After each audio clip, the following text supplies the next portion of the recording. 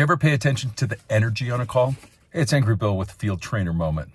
A lot of people can actually know what their dog's thinking, know what their dog's going to do, just based on their dog's kind of energy levels.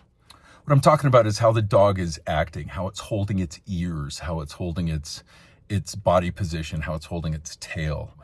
If their ears are pointed forward means something different than sideways versus back. You can kind of look at a dog, hopefully, especially your dog, and know kind of what it's thinking.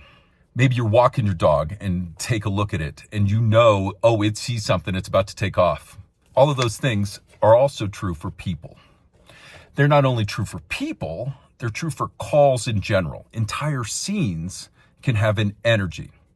So with people, the energy comes out via like the tone of voice, what the position of their hands, making fists or self-soothing behaviors or hand rubbing, those kinds of things. Circumorbital tensions versus shock or surprise or different processes like that. You can tell a person's energy based on their overall positioning. Are they blading their body towards you, meaning that, for example, their left foot is in front of their right, which turns them a little bit sideways. All of those things are energy that we pick up on when we're on a call. In addition, the call itself, the whole entire scene gives an energy as well.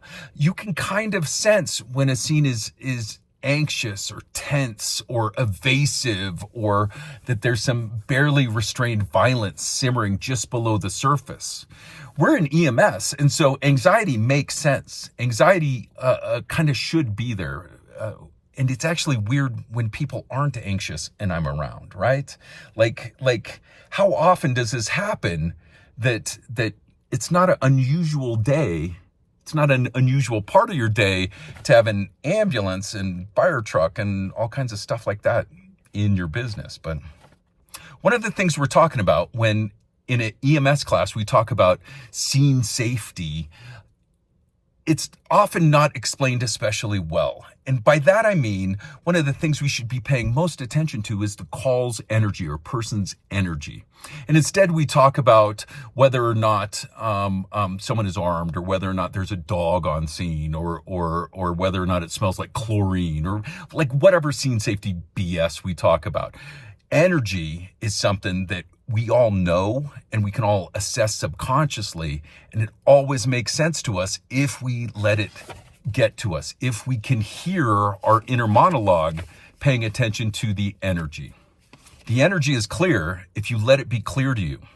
If you let your subconscious just pay attention to what's going on, you'll pick up on whether or not this is a tense call, or whether or not this is a call where violence is about to break out. This is Angry Bill for Pre-Hospital Wisdom. Until next time, stay safe. Pay attention to the energy.